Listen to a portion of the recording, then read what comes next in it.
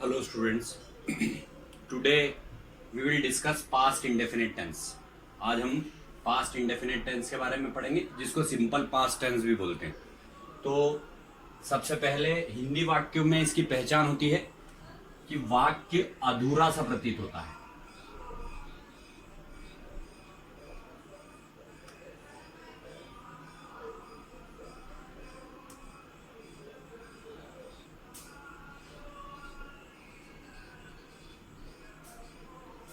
अधूरा सा प्रतीत होता है।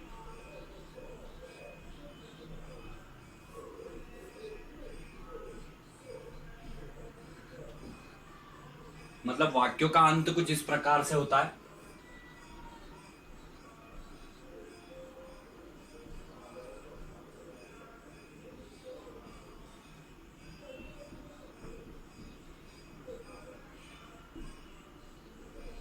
जैसे आया, गया,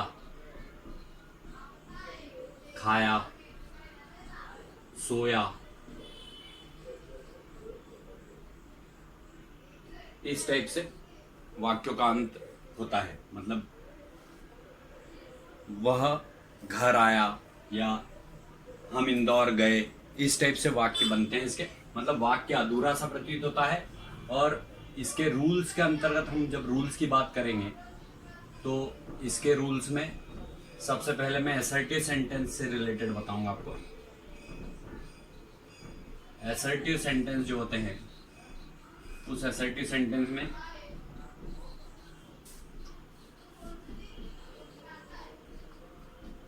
ऑल सब्जेक्ट्स, मतलब सारे सब्जेक्ट्स कोई भी हो भले, सभी सब्जेक्ट्स के साथ में वर्ब का सेकंड फॉर्म लगता है प्लस ऑब्जेक्ट आ जाता है।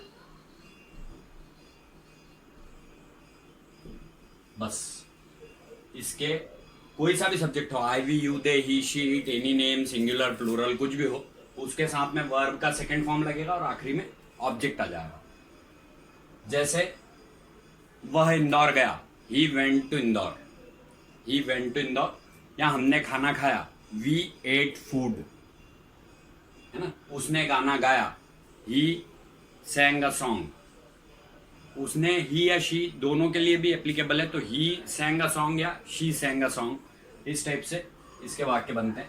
अब अगर इसी के अपन निगेटिव सेंटेंस की बात करें तो इसके निगेटिव सेंटेंस में ये तो बिल्कुल क्लियर है कि इसमें सभी सब्जेक्ट्स के साथ वर्ब का सेकंड फॉर्म लगेगा, कोई हेल्पिंग वर्ब यूज नहीं होता, वर्ब का सेकंड फॉर्म लगता, लास्ट में ऑब्जेक्ट लगता।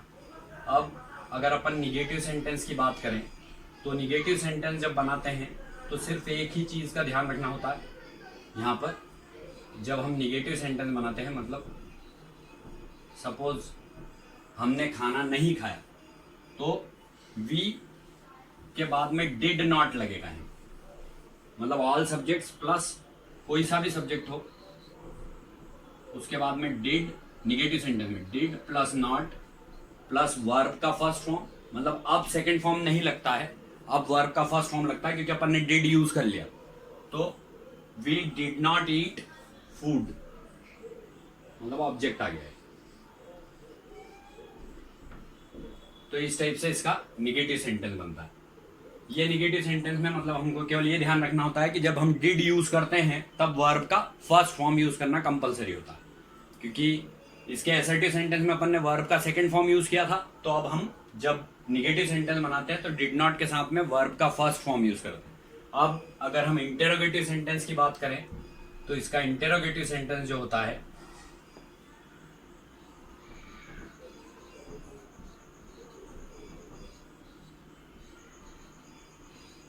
तो इसके इंटेरोगेटिव सेंटेंस में ये डिड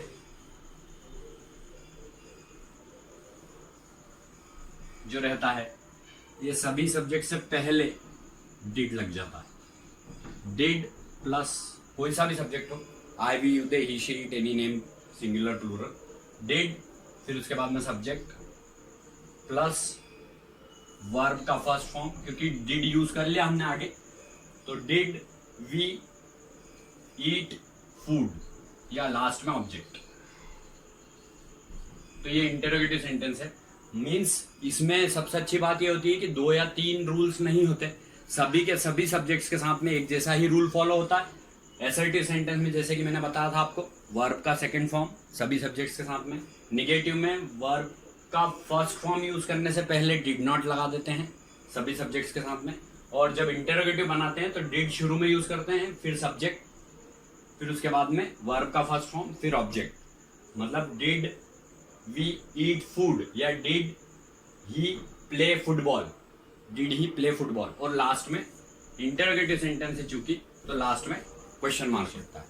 इसके बाद में इंटरोगेटिव प्लस निगेटिव सेंटेंस की बात करें तो इंटरोगेटिव प्लस निगेटिव सेंटेंस में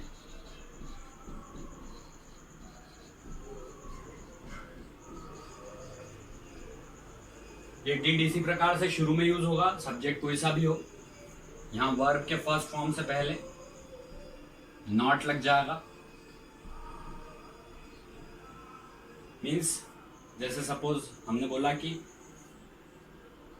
क्या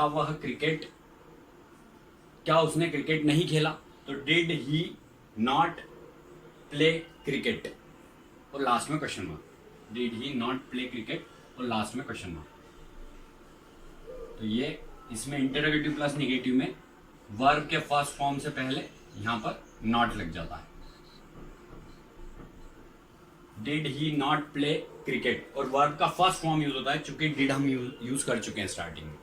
और मतलब अगर इसी की जगह पर कोई जैसे हमने पहला सेंटेंस बनाया था कि क्या हमने खाना नहीं खाया, क्या हमने खाना खाया, पहला सेंटेंस ये था। तो क्या हमने खाना नहीं खाया, तो did we not eat food, इस टाइप से सेंटेंस बनते हैं।